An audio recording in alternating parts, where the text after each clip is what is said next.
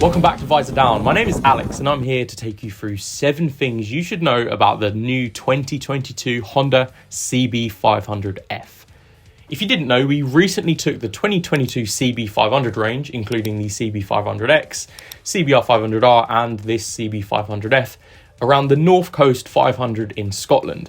Over 3 days we headed counterclockwise starting from Inverness, and what a fantastic trip it was. Have a watch of the recap video if you haven't already seen it. It's great fun and I really recommend it. So completing the trio of new A2 friendly CB500 models is this CB500F.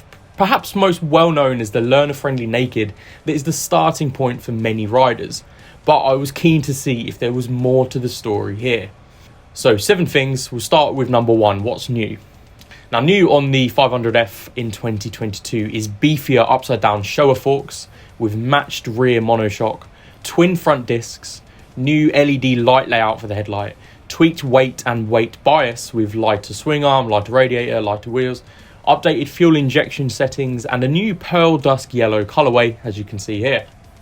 All in all, it's a pretty substantial update from the 2021 model and it feels just as composed on the roads as you'd expect. So number 2, the engine. Jump into the engine, the 471cc parallel twin unit with 8 valves and A2 compliant power figures, which is 47 brake horsepower at 8,600 revs and 43 newton meters or 31.7 pound-foot of torque at 6.5k, gives you a capable foundation to work with. That tweaked fuel injection setting smoothly delivers slightly more power delivery at the low to mid revs, and it's a welcome addition, particularly for town riders who may be commuting or filtering through traffic. The miles per gallon is exceptional here too. You'll get around 70 miles per gallon from the 17 litre tank.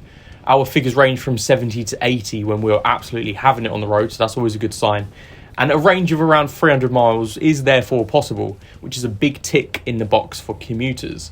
Also, the exhaust note here is weirdly exceptional. Considering it's powered by the same unit as the siblings, the raspy note is really addicting at low speeds.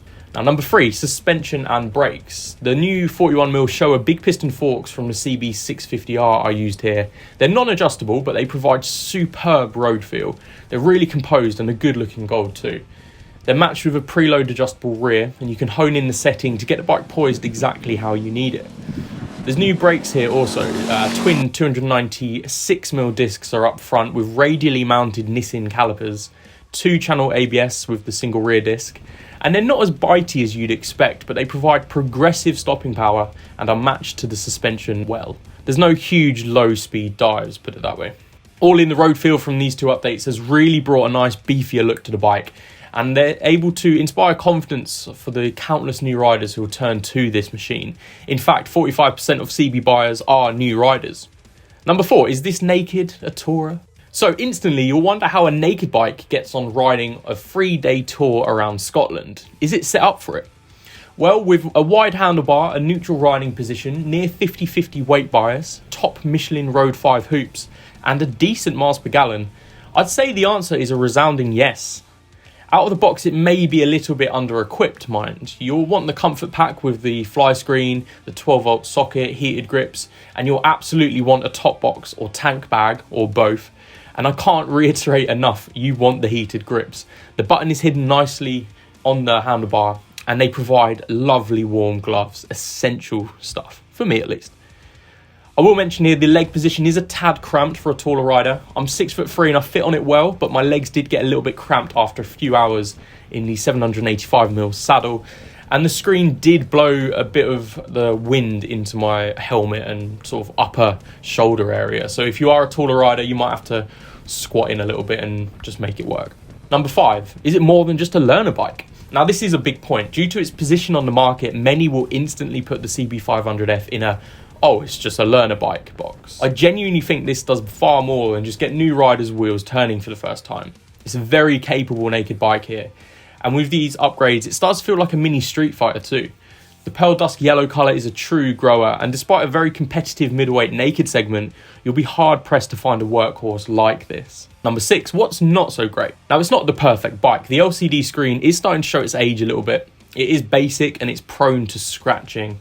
And a lot of the necessities sit on the accessory catalogue from Honda, as is the case normally, to be fair. It is well worth testing one of these to see if you'd fit on it for longer journeys too. Now, I'm not going to comment on power. It is designed to be an A2 motor out of the box, so it's not going to exceed the 47 brake horsepower limit. And delivery is smooth and constant through the revs. It's fine on overtakes and it's stable at top speeds, and it never felt lacking.